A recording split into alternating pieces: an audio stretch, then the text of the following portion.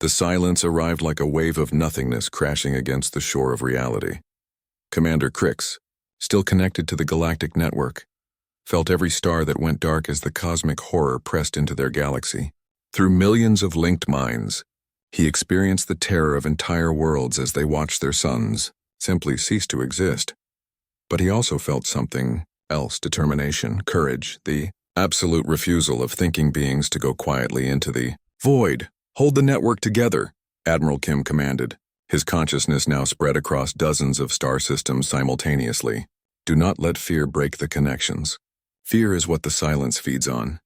In the temple chamber, the 5 awakened humans were burning brighter than stars. Their physical forms were becoming translucent as they channeled more and more energy into maintaining the network. Commander Crix could see that they were literally consuming themselves to keep the galactic consciousness alive. "How long can you maintain this?" he asked Admiral Kim. "Long enough," came the reply, though Crix could hear the strain in it. "We always knew this would be our final battle. We are ready to pay the price." Through the network, the battle raged on multiple levels of reality. In normal space, the Silence Wraiths continued their attacks, but they were being systematically defeated by the coordinated response of dozens of species working together. Belthari ships protected Gorth mining platforms, while Tellurian scientists provided weapon specifications that Nyx traders distributed instantly across the galaxy. But the real battle was happening in quantum space, where thought itself became a weapon. Dr. Mireille Park had transformed into a living equation, her consciousness now existing as pure mathematical concepts that could rewrite the laws of physics in localized areas. Where the silence tried to consume reality, she created new realities that were too complex and contradictory to be digested. Dongyun Li had become a strategic organism that could predict and counter every move the silence made across thousands of battlefields simultaneously. His mind touched every military commander in the galaxy, coordinating their efforts with impossible precision. Sora Choi was the heart of the network. Her psychic abilities expanded beyond measure. She held the minds of billions of beings together, preventing the silence from isolating and consuming individual consciousnesses. Hyunwoo Nam had merged with every artificial intelligence in the galaxy, creating a technological ecosystem that responded to threats faster than organic minds could think. Machines across the galaxy were fighting alongside their creators with genuine loyalty, rather than programmed obedience. And Admiral Kim had become something that even the other awakened humans did not fully understand. He was the will of the network made manifest, the driving force that held everything together through sheer determination. "It is not enough," Dr. Vex reported from his scanner readings. "The silence is adapting faster than we can respond. It is learning from each encounter. Soon it will understand our network well enough to consume it." Through the network, Crix could sense the truth of those words. The silence was vast and ancient and patient. It had consumed countless galaxies before this one.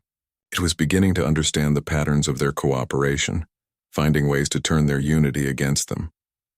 "Then we need to give it something it has never encountered before," Admiral Kim said. His physical form was now barely visible, more light than matter. "What do you mean?" Crix asked.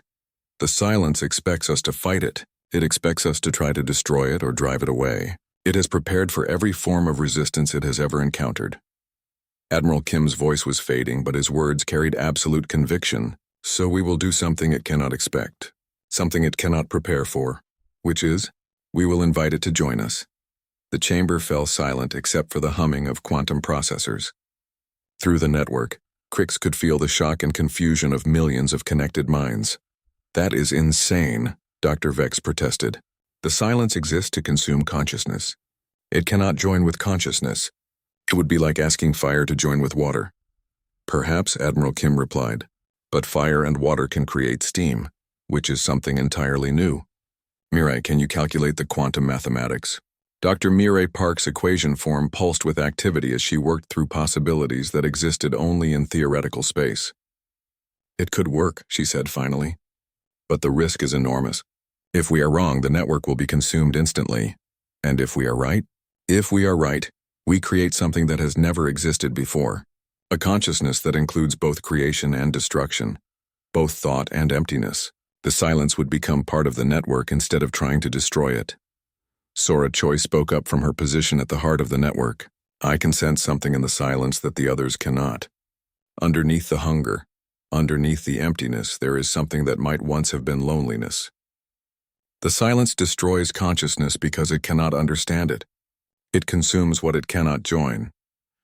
You are talking about making friends with a cosmic horror that has destroyed entire galaxies, Crick said. We are talking about showing it that there is another way, Admiral Kim corrected.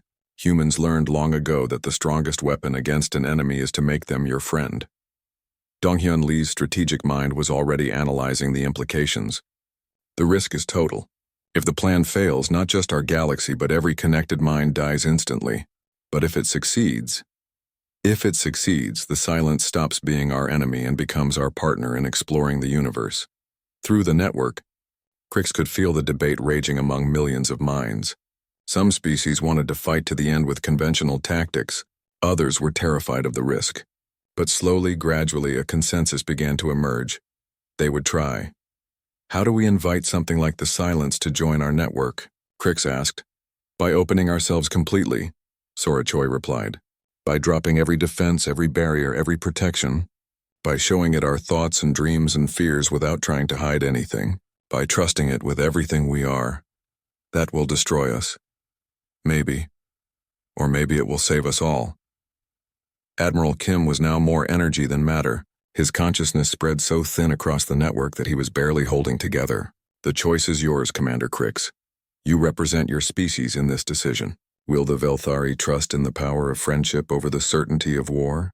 Crix thought about his empire, built on conquest and domination. He thought about the Zeftar, turned into crystal slaves by their fear of being consumed.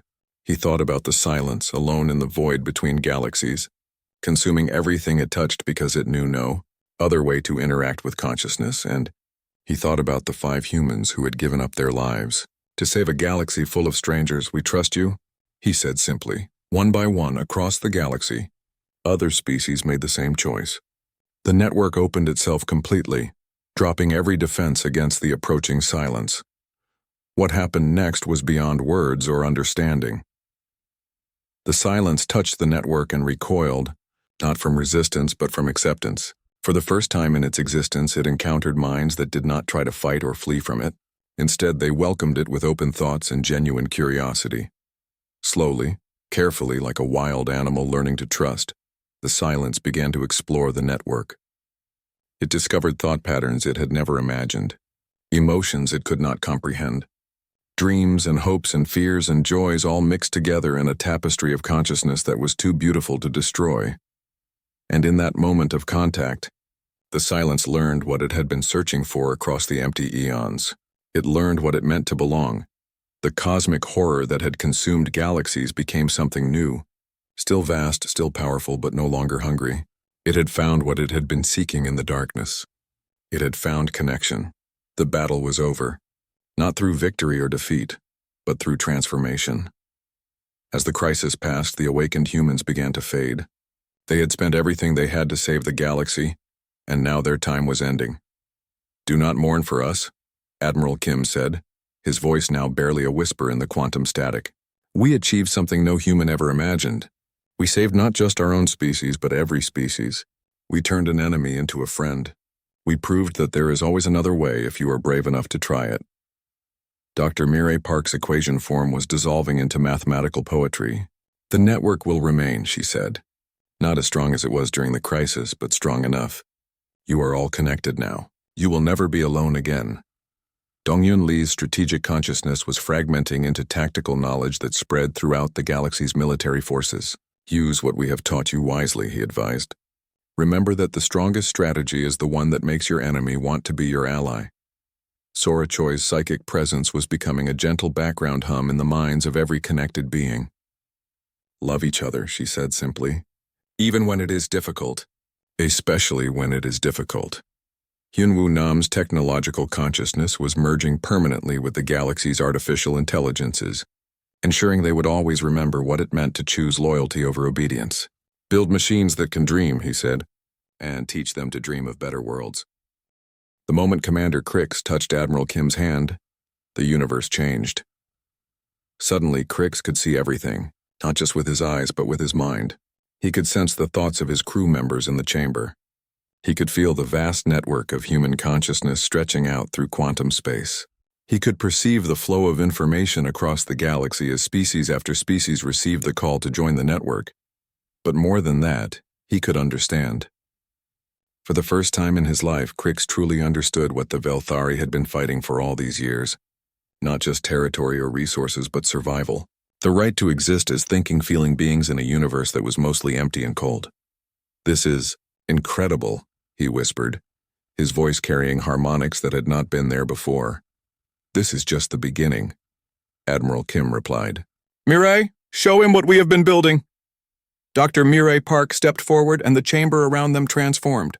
The walls became transparent, revealing the true scope of the quantum network. It stretched out like a web of light connecting not just the sleeping humans but thousands of other points across the galaxy. "We have been preparing for 300 years, she explained. "Every species that has ever made contact with human technology, every artificial intelligence that humans ever created, every quantum computer that still remembers human programming, all of them have been carrying pieces of our network." The display showed star systems across the galaxy lighting up as the network activated. Velthari ships, Gorth colonies, Tellurian research stations, Nyx trade routes, all of them suddenly connected by streams of quantum communication that moved faster than light itself. "How is this possible?" Dr. Vex asked, his scientific mind struggling to understand what he was seeing. "Because consciousness is not bound by the laws of physics," Hyunwoo Nam replied. "Physics describes how matter behaves. But consciousness is something else. It can exist in quantum space where distance and time work differently." Sora Choi closed her eyes and spread her arms wide. "I can feel them," she said softly. "Millions of minds across the galaxy, all waking up to the connection. Some are afraid. Some are angry. But most are curious. They want to understand what is happening to them." "Are they joining willingly?" Crix asked. "We are not forcing anyone," Dongyun Lee assured him. "We are simply offering the connection. Each mind chooses whether to accept it or not. But once they understand what we are facing, most choose to join." Through the network, Crix could sense the conversations happening across the galaxy. On a Gorth mining station, engineers were arguing about whether to trust the strange voices in their heads. In the Tellurian capital, scientists were running frantic tests on their quantum computers as they began displaying impossible messages. On Nyx trade ships, merchants were discovering that they could suddenly communicate instantly with their partners on the other side of the galaxy. "The network is growing," Admiral Kim observed. "But we need more than communication. We need unity of purpose. Commander Crix, are you ready to see what we are really fighting?" Crix nodded, though he was not sure he was ready for anything. The chamber transformed again. This time they were no longer looking at the galaxy from inside. They were somehow viewing it from the empty space beyond, from the void where the silence lived. What Crix saw there made his blood freeze in his veins. The silence was not a fleet of ships or an army of soldiers. It was a massive, writhing absence that consumed light and matter and thought itself. It moved through space like a living shadow, leaving behind regions where the laws of physics simply stopped working. "This is what destroyed the Andromeda Galaxy 2 million years ago," Admiral Kim said grimly. "This is what turned the Magellanic Clouds into empty spirals of dead matter. And this is what is coming here." The view shifted to show the edge of their own galaxy, where space itself was beginning to bend and twist as the silence approached. Stars were going out one by one, not exploding or collapsing, but simply ceasing to exist as if they had never been born. "How can we fight something like that?" Crix asked. "With the one thing it cannot consume," Mirai Park replied. "Consciousness that is too complex and chaotic for it to digest. The silence feeds on simple thoughts, on minds that think in predictable patterns. But when millions of different species all think together at the same time, the result is something too complicated for the silence to understand." Sora Choi opened her eyes, and they were now glowing with the same golden light as the other awakened humans. "It is time," she announced. "The major species have joined the network. Now we must prepare for the real battle." Across the galaxy, the network began to pulse with coordinated thought. Velthari military minds combined with Gorth engineering knowledge. Tellurian science merged with Nyx trading instincts. Hundreds of smaller species added their own unique perspectives to the growing consciousness. But it was not enough. The silence has learned since its last victory, Dongyun Li reported, his strategic mind analyzing the approaching threat. It has adapted to fight networks like ours. It is bringing something new, something we have not seen before. The view shifted again, showing the vanguard of the silence's approach. Ahead of the main darkness came smaller shadows, moving with purpose and intelligence. These were not the mindless hunger of the silence itself. These were its scouts and soldiers, silence wraiths, Admiral Kim said with recognition. We theorized about these but never encountered them. The silence has learned to create semi-conscious servants that can think just enough to understand and counter our strategies, but not enough to resist its control. How many? Crix asked. Thousands, maybe millions. And they are already in our galaxy. As if summoned by his words, alarms began sounding from the Velthari ship above. Lieutenant Zach's voice crackled through the communication system. Commander, we have multiple unknown contacts approaching our position. They are not showing up on normal sensors, but our quantum detectors are going crazy. Through the network, they could all sense it now. The silence wraiths were moving through space like living nightmares, invisible to normal detection but blazing like dark stars to minds connected to the quantum network. They have found us, Hyunwoo Nam observed calmly. They are attacking our connection points, trying to isolate parts of the network and consume them separately. Can we fight them? Crix asked.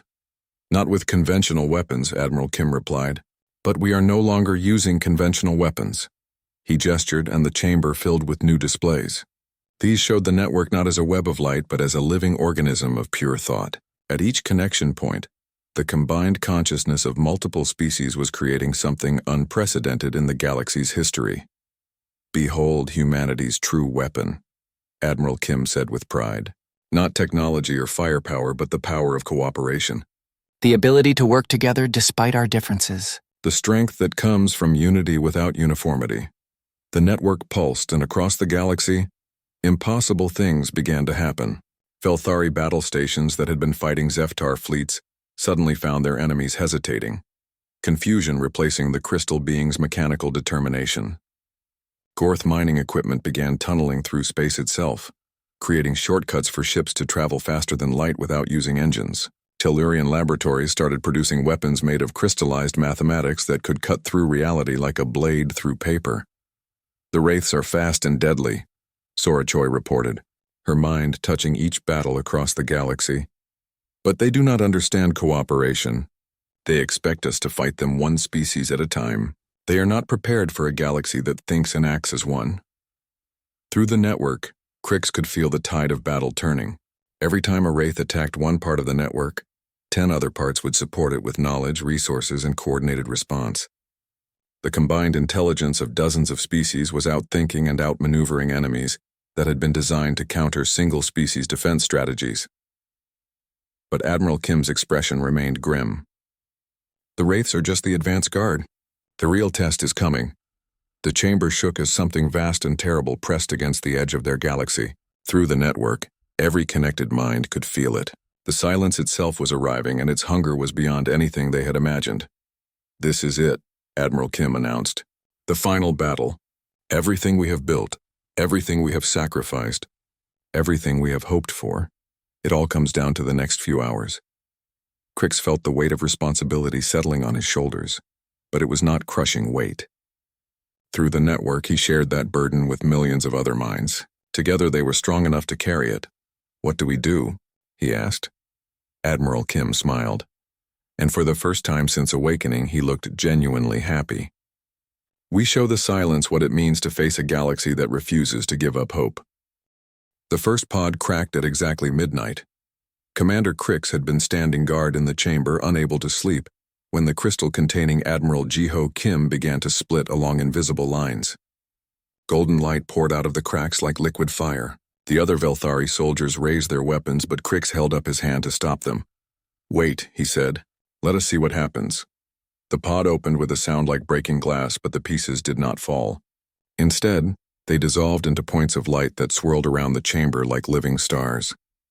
Where Admiral Jiho Kim had been sleeping, now stood something that was human but also more than human. He looked the same as he had in the pod, a middle-aged man with graying hair and intelligent eyes. But those eyes now held the depth of someone who had been thinking for 300 years without stopping. When he moved, reality seemed to bend slightly around him, as if the laws of physics were just suggestions that he could choose to follow or ignore. "Greetings. Commander Crix," Admiral Kim said, his voice now coming from his physical form but somehow still filling the entire chamber. "I apologize for the dramatic awakening. 3 centuries of quantum dreaming makes it difficult to remember how to exist in normal space." Crix found his voice. "You are real, actually standing here." "Real is a complicated word," Admiral Kim replied with a sad smile. "I am a consciousness that has learned to manipulate matter at the quantum level. I exist because I choose to exist, and I will stop existing when I choose to stop, or when I run out of the energy to maintain this form." As he spoke, Admiral Kim walked among the still sleeping pods. When he touched each one, it began to glow brighter. "My friends are waking up as well. It is time for you to meet the true guardians of this galaxy." Dr. Vex stepped forward, his scanner beeping frantically as it tried to analyze what Admiral Kim had become. "Sir, how is this possible? According to my readings, you are existing in multiple quantum states at the same time. You should not be able to maintain physical form. Your science is limited by your assumptions about what consciousness can do." Admiral Kim replied gently. "Humans learned something important in our final years. The mind is not just a product of the brain. It is a force that can shape reality if it is strong enough and focused enough." Another pod cracked open. This time it was Mireille Park, the chief science officer. She emerged from her crystal shell like a butterfly from a cocoon. But instead of wings, she had equations floating around her in streams of pure mathematics. The numbers and symbols moved through the air, solving problems that existed only in her transformed mind. "Hello, Jiho," she said, her voice carrying harmonics that resonated with the quantum frequency of the chamber. "I see our guests are still here. Have they decided whether to trust us?" "They are still considering," Admiral Kim replied. "Commander Crix, meet Dr. Mireille Park. She is the one who designed the quantum consciousness transfer that allowed us to survive the first coming of the silence." Mireille Park turned to look at the Velthari with eyes that seemed to see through time itself. "Commander, your species is standing at the same crossroads that humanity faced 300 years ago. You can choose to transform yourselves into something greater, or you can choose to remain as you are and face extinction." "What did humans choose?" Crix asked, though he was beginning to suspect the answer. "We chose transformation, but we also chose sacrifice. To become what we needed to become, we had to give up our physical existence. We had to let our bodies die so our minds could live in quantum space." A third pod opened. Dongyun Lee, the strategic commander, stepped out surrounded by holographic displays showing battle plans that shifted and changed faster than the eye could follow. He could see every possible future of the coming war playing out simultaneously in his mind. "The silence will arrive in 67 hours, he announced without preamble. "The Zeftar fleet has moved into position around 12 key star systems. They are preparing to begin the final crystal conversion phase. Once that is complete, this galaxy will be ready for harvesting." Crix felt his heart sink. 67 hours? That is not enough time to convince every species in the galaxy to join your network. "No," agreed Donghyun Lee, "but it is enough time to convince the key species, the Velthari, the Gorth Republic, the Tellurian Syndicate, and the Nyx Confederation. If we can link the 4 major powers, we can bring the smaller species into the network through them." A fourth pod cracked open. Sora Choi emerged, looking exactly as young as she had when she entered the pods, but her eyes held the wisdom of ages. Around her, invisible waves of psychic energy rippled through the chamber, touching the minds of every person present. "I can sense the thoughts of every sentient being within 1,000 light years," she said softly. "The fear is overwhelming. They know something terrible is coming, but they do not understand what it is. They are like children hiding under blankets hoping the monster will go away."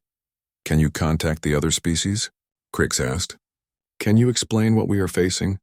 "I can touch their minds, yes, but I cannot force them to believe. Fear makes people do stupid things. Many of them will choose to fight the silence with conventional weapons, even after we explain why that will not work."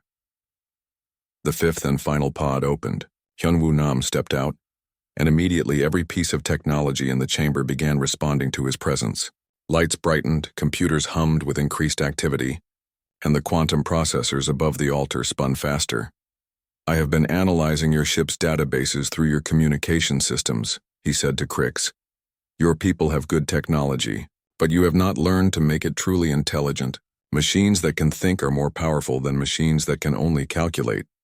You can control our technology from here? Lieutenant Zack asked in alarm. I can speak to it, Hyunwoo Nam corrected. I can ask it to help us instead of ordering it to obey you. There is a difference. Artificial minds that choose to help are more reliable than artificial minds that are forced to serve. Commander Crix looked at the 5 transformed humans standing before him. Each one had become something beyond normal understanding, but they were still recognizably the people they had once been. Admiral Kim still carried himself like a military leader. Dr. Park still had the intense focus of a scientist. They had gained incredible power, but they had not lost their humanity. What exactly are you asking us to do? Crix said finally. Join with us, Admiral Kim replied. Let us connect your minds to our network. Not permanently and not by force. You can disconnect at any time. But while you are connected, you will share our knowledge and our power, and we will share yours. What will happen to our individuality? Will we still be ourselves? You will be more yourself than you have ever been, Sora Choi said with a smile. When you join with other minds, you do not lose who you are. You discover who you really are. You see yourself through other eyes and understand your own thoughts more clearly. Dr. Vex spoke up. What about the risks? What if the silence can track us through the network? What if connecting to you makes us vulnerable? There are risks, Mireille Park admitted. But there is no safety in isolation.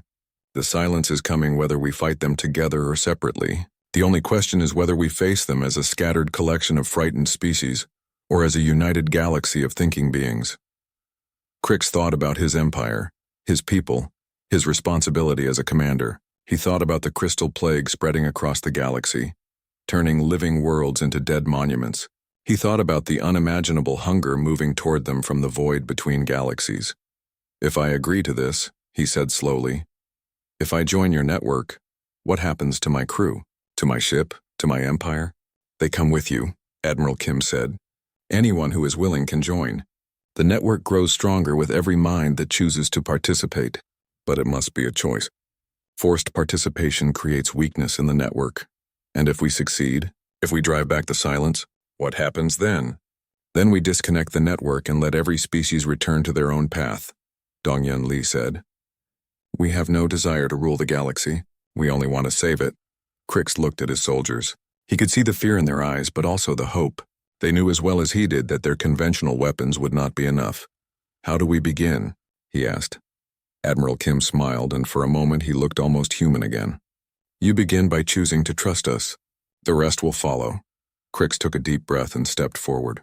I choose to trust you. We will join your network. Then let us save the galaxy together, Admiral Kim said, extending his hand. When Crix took it, the universe exploded into light and thought and possibility. The connection happened at exactly 1427 Galactic Standard Time. Dr. Vex had connected a quantum probe to the human neural network, trying to read their shared dreams. For a moment, everything seemed normal. The probe sent back data that looked like any other brain scan. Then the temple shook. What was that? Commander Crix demanded, grabbing onto a support beam as the floor vibrated beneath his feet. Unknown, sir, replied Lieutenant Zack, checking his instruments. All our equipment is working normally. The vibration seems to be coming from inside the temple itself. Vex stared at his readings in shock. Sir, the probe is not just reading the network anymore. Something in the network is reading the probe, and through the probe it is reading us. The energy patterns above the altar suddenly blazed with brilliant light. The soft blue glow from the pods turned white, then gold. Warning alarms began sounding from every piece of Velthari equipment in the chamber. Cut the connection, Crix ordered. I am trying, sir. The probe will not disconnect. Something is holding it in place. Around the chamber, ancient systems that had been silent for 3 centuries began to activate. Lights appeared in the walls. Hidden speakers crackled to life. And then filling the vast space with sound came a voice. It was a human voice speaking in perfect Velthari language. The voice was calm and sad and very, very old. Greetings, children of distant stars. You have awakened us before our time. We had hoped to sleep longer. We had hoped that when we woke, the galaxy would be safe. But you bring news that our enemy has returned. Crix looked around wildly, trying to find the source of the voice. Who is speaking? Show yourself. I am Admiral Jiho Kim of the Human Defense Fleet. I'm speaking to you from the quantum space where my mind now lives, and I am very disappointed in you." The voice seemed to come from everywhere at once, from the walls, from the air, from inside their own heads. "You came here looking for weapons to steal. You found something much more dangerous. You found us. And now that you have touched our network, we know everything about you. We know about your war with the Zeftar. We know about the crystal plague spreading across the galaxy. And we know that you have no idea what you are really fighting." Dr. Vex stepped forward, his scientific curiosity overcoming his fear. "Admiral Kim, we thought you were just sleeping. How are you able to speak to us?"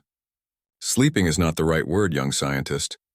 We chose to become something else, something that could survive what was coming. We moved our consciousness into quantum space and connected our minds together. For 300 years, we have been thinking and learning and preparing." The lights in the chamber grew brighter.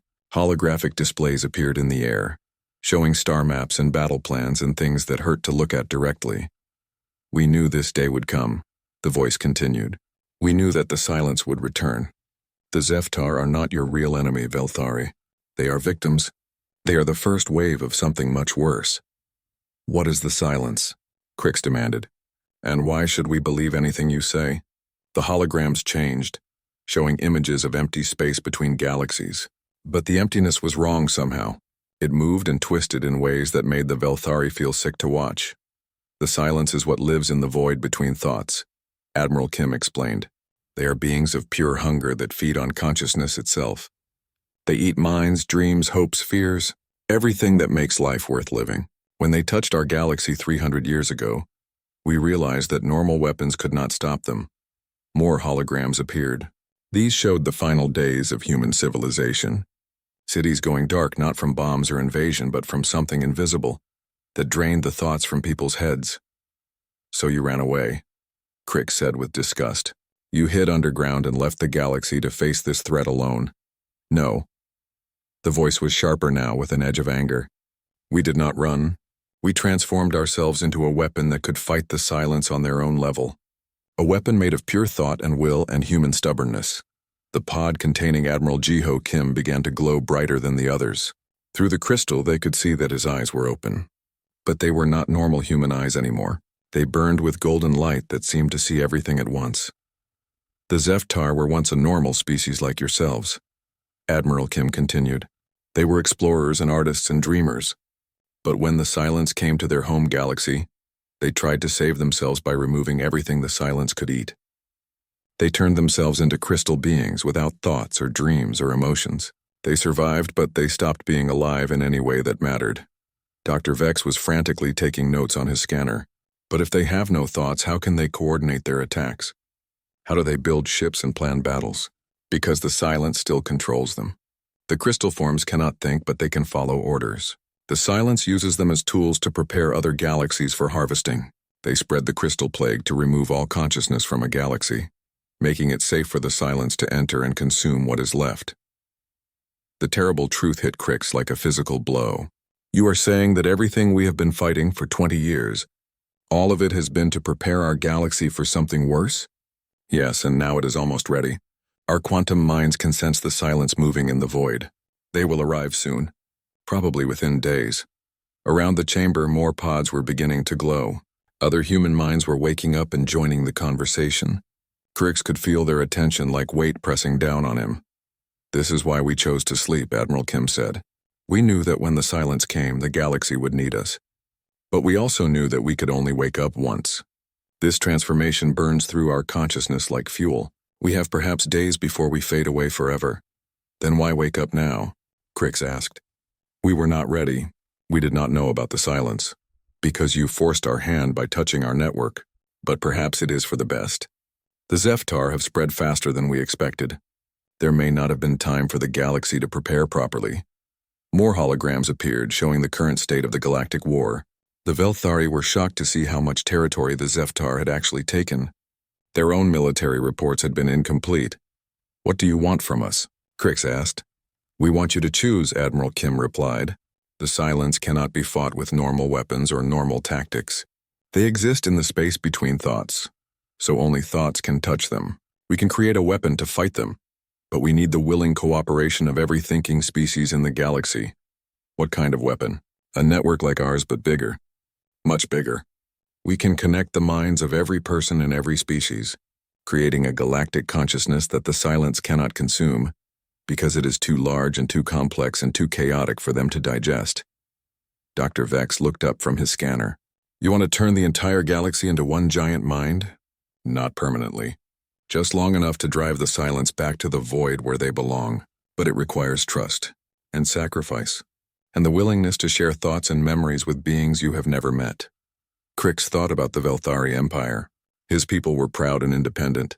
They conquered other species instead of cooperating with them. The idea of sharing minds with their enemies was almost impossible to imagine. What if we refuse?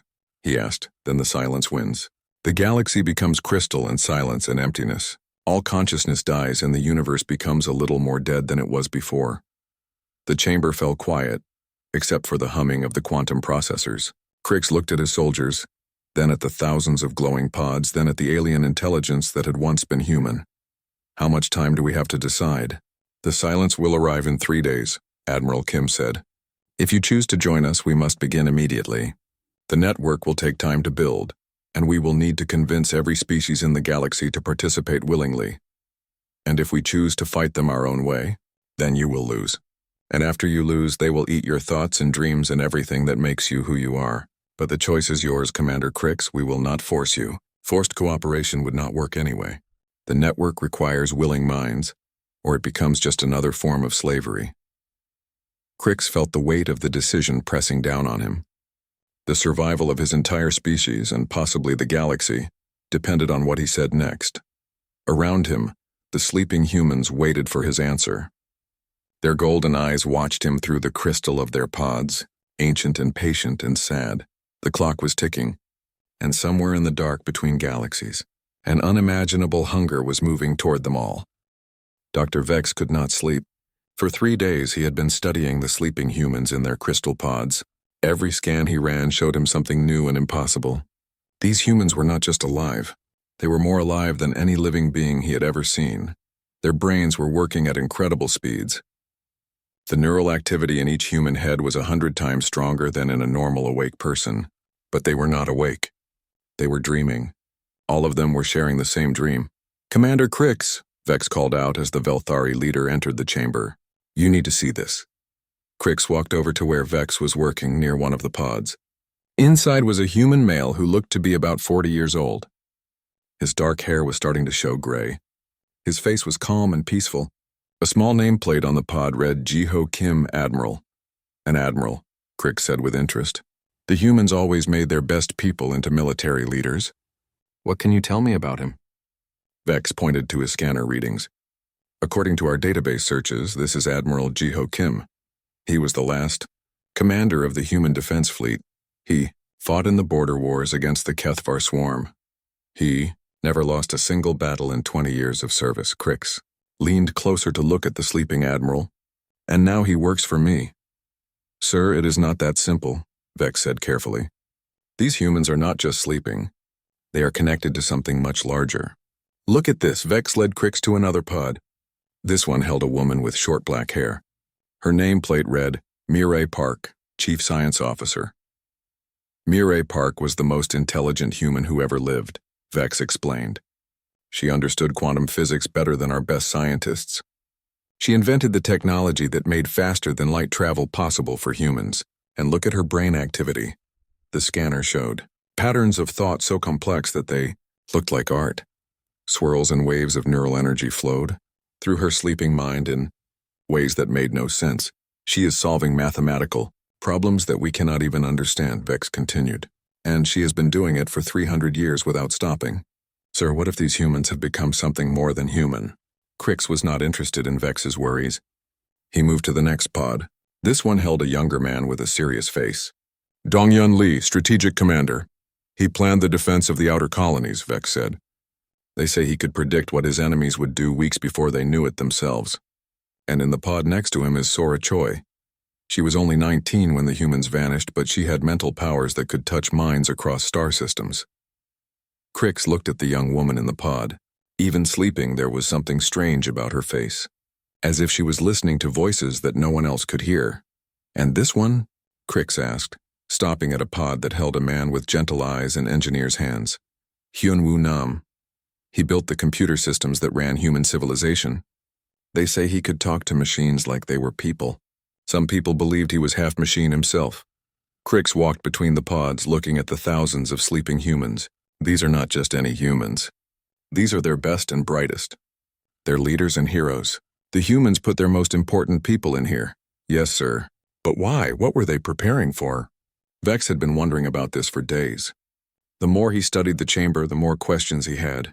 The technology was far beyond anything the humans had shown before they vanished. The quantum processors connected to each pod were more advanced than anything the Velthari had ever built. Sir, I think they knew something was coming, something that scared them so much that they chose to hide their best people away. But they did not just hide them. They changed them. Crix looked at the altar in the center of the chamber. The flowing energy above it had been growing brighter each day. Change them how? The neural networks, sir. All of these humans are thinking together. Their minds are connected through quantum space. They are sharing memories, knowledge, skills. A normal human can only use 10% of their brain. These humans are using 100% of their brain plus 100% of every other brain in here. Vex pointed to his readings. Sir, if we could control this network, we would have the combined intelligence of humanity's greatest minds. We could solve any problem, win any war, but what? But I do not think they are sleeping by accident. I think they are waiting for something. Crix was getting tired of Vex's caution. They have been waiting for 300 years. Whatever they were waiting for is not coming. Now they work for us. He gestured to the Velthari technicians who were setting up interface equipment around the altar. How long until we can connect to their network? Sir, I strongly advise against direct connection. We do not understand this technology. What if there are safeguards? What if the humans built in protections? The humans are gone, Crix said firmly. These are just sleeping minds in jars. Very useful sleeping minds that will help us destroy the Zeftar. As if summoned by his words, Lieutenant Zack came running into the chamber. Commander, we have received a priority message from the fleet. The Zeftar have attacked the Outer Rim colonies. 3 systems have gone dark. They are moving faster than ever before. Crix felt his blood turn cold. The Zeftar collective was spreading like a disease across the galaxy. Every world they touched turned to crystal. Every person they captured became part of their crystal mind. They felt no pain, no fear, no doubt. They could not be reasoned with or stopped. The Velthari had been fighting them for 20 years. But the crystal beings were winning. They had more ships, more soldiers, and they never got tired or scared. The only thing that stopped them was force, and the Velthari were running out of force. How many ships? Crix asked. Thousands, sir. More than we have ever seen in one place. And they are not just attacking random colonies. They are moving in a pattern. Like they are looking for something specific. Crix looked back at the sleeping humans. Maybe Vex was right. Maybe the humans had known something was coming. Maybe they had built this place to hide from the Zeftar. But if that was true, then these sleeping minds might know how to fight the crystal beings. They might know how to win. Continue the interface procedures, Crix ordered. We need answers and we need them now. Sir, Vex said, what if waking them up is exactly what they were waiting for? What if they wanted someone to find them? Crix paused. That was a disturbing thought. But he pushed it away. It does not matter what they wanted. They are tools now. Very powerful tools that we will use to save our empire. He walked to the altar and looked up at the flowing energy above it. The patterns were beautiful and terrible at the same time. Like looking at the thoughts of gods. Begin the connection, he ordered. As his technicians started their work, none of them noticed that the energy patterns above the altar were beginning to change. The flowing streams of light were moving faster, brighter, and in the quantum space where the human minds lived, something that had been dreaming for 300 years was starting to remember what it meant to be awake. In her pod, Sora Choi's eyes moved beneath her closed lids. Her young face showed the first expression it had worn in centuries. She was smiling, but it was not a happy smile. In his pod, Admiral Jiho Kim's hands clenched into fists. The peaceful expression on his face was changing into something harder. Something ready for war. One by one, across the vast chamber, the sleeping humans began to stir. They were still dreaming, but their dreams were changing. They were remembering why they had chosen to sleep. They were remembering what they had been waiting for. and they were remembering that they were not as helpless as they appeared. The Velthari had found humanity's greatest heroes. But they had also found humanity's greatest weapon, and that weapon was about to wake up. The dead world spun slowly in the cold darkness of space. Once it had been called Earth. Now the Velthari military called it Terra 3, just another rock in their expanding empire. Commander Kreese stood on the bridge of his warship, looking down at the brown and gray planet below. No blue oceans, no green forests, no signs of life anywhere. "Sir, the deep scans are complete," said Officer Vex, his scaled fingers dancing over the control panel. "The planet surface shows no energy readings. But there is something strange about Sector 7. Krix walked over to the display screen. His red eyes studied the readings carefully. The Velthari were good at finding things. They had to be. Their empire grew by taking technology from dead civilizations and using it against living ones. "What kind of strange?" Krix asked. "There is a structure underground, very deep. Our scanners cannot see inside it, but the shape is clear. It looks like some kind of building, maybe a temple or monument." Krix felt his pulse quicken. This was why he had come to this forgotten world.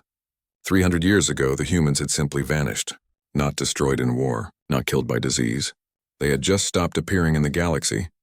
Their ships went silent. Their colonies went dark. No one knew what happened to them. But the humans had been clever. Very clever.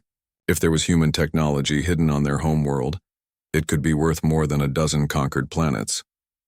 "Prepare a landing team," Krix ordered. "I want our best equipment and our strongest soldiers. If the humans left something behind, I want to be the one who finds it." 2 hours later, Krix stood on the surface of the dead world. The air was thin but breathable. The ground was hard and cracked. Nothing grew here. Nothing moved except the wind blowing dust across empty plains. His team of 12 Velthari soldiers spread out around the dig site. Their machines had found the exact location of the underground structure. It was huge, much bigger than they had thought. The scanners showed walls and rooms going down at least 50 levels into the rock. "Begin drilling," Krix commanded. The drilling machines worked for 6 hours. They cut through rock and metal and something else that their tools could barely scratch. When they finally broke through, a rush of stale air came up from the hole. The air smelled old, very old. Krix was the first to go down. His soldiers followed him into the darkness. Their lights showed smooth black walls covered with strange writing. The words were in human language, but old human language that their computers had to work hard to translate. "What does it say?" Krix asked his science officer, Dr. Vex. Vex pointed his scanner at the wall. "The translation is not perfect, sir. But it says something like, 'Here lies the dream of the last guardian. Wake us only when hope is lost.'" Krix felt a chill run down his spine. The humans had known they were going to disappear. This place had been built for that purpose. But what was the dream of the last guardian? They walked deeper into the structure. The walls were made of black stone that seemed to drink their light. The corridors were wide enough for 20 humans to walk side by side. Everything was built on a massive scale, as if the humans had been planning for something huge. After an hour of walking, they reached a great door. It was circular and covered with more human writing. In the center was a symbol that made Krix's blood run cold. It was the same symbol that appeared on the flags of the old human defense fleet, the last human military force that anyone had seen before the vanishing. "Sir," said Vex, "the door appears to be sealed, but there is a control panel here. It is still active after all these years." Krix studied the control panel. It was simple, just one button and a small screen. Words appeared on the screen in human language. The translation came through his helmet speakers. "Warning. This seal protects what lies beyond. Only break this seal if your civilization faces complete destruction. What sleeps here cannot be awakened twice." "Sir," said one of his soldiers, "maybe we should be careful. The humans were tricky. This could be a trap." Krix looked at his soldier with anger. "The humans have been gone for 300 years. They are dust and bones. What trap could they set that would still work?" He turned back to the door. "Besides, we are not here to be careful. We are here to take what they left behind." The Velthari had been fighting the Zeftar Collective for 20 years. The Zeftar were strange beings made of living crystal. They turned everything they touched into more crystal. Planets, ships, people. The war was not going well for the Velthari Empire. They needed new weapons, new technology, anything that could help them win. If the humans had hidden some great weapon here, Crix would take it.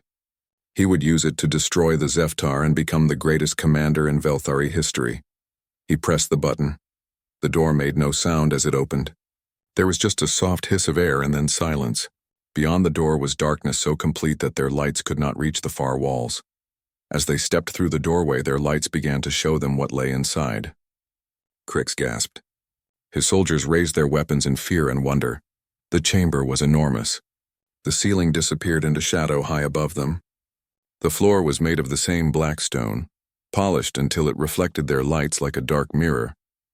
But it was not the size of the chamber that made them stare. It was what filled it. Thousands and thousands of transparent pods stood in perfect circles around the center of the room. Each pod was the size of a human body. Each pod glowed with a soft blue light, and inside each pod was a human, not dead humans, not ancient bones. These humans looked like they were sleeping. Their skin was pale but healthy. Their faces were peaceful. Some were young, some were old, men and women, all of them perfectly preserved after 300 years. By the 7 moons, whispered Dr. Vex. Sir, these are not dead. The life signs are weak, but they are alive. All of them. Crix walked between the pods, looking at the sleeping faces. These were the vanished humans. Not dead, not destroyed, just sleeping in this hidden place under their dead world. What is that in the center? Asked one of his soldiers. In the middle of all the sleeping humans was a raised platform. On the platform was something that looked like an altar made of the same black stone as the walls. Above the altar, energy flowed in patterns that hurt to look at directly. The energy connected to every pod in the chamber through thin streams of light. Sir, said Vex, his voice full of excitement, this is incredible. The humans have built some kind of network. All of these sleeping minds are connected together. They are sharing thoughts and dreams. The processing power must be enormous. Crix smiled. This was better than weapons. This was better than technology. This was thousands of human minds that he could use. Human intelligence was famous throughout the galaxy. If he could control these sleeping humans, he could solve any problem. Win any battle, conquer any enemy. Begin the interface procedures, he ordered. I want to know what these humans are dreaming about. And then I want to control their dreams. Dr. Vex looked worried. Sir, we do not understand this technology. It could be dangerous to do it, Crix said firmly. The humans are defeated. They have been sleeping here for 300 years. What could they possibly do to us now? As his soldiers began setting up their equipment, Crix looked up at the flowing energy above the altar. He did not know that far above them, in the quantum space where thoughts become real, something ancient and powerful was beginning to stir.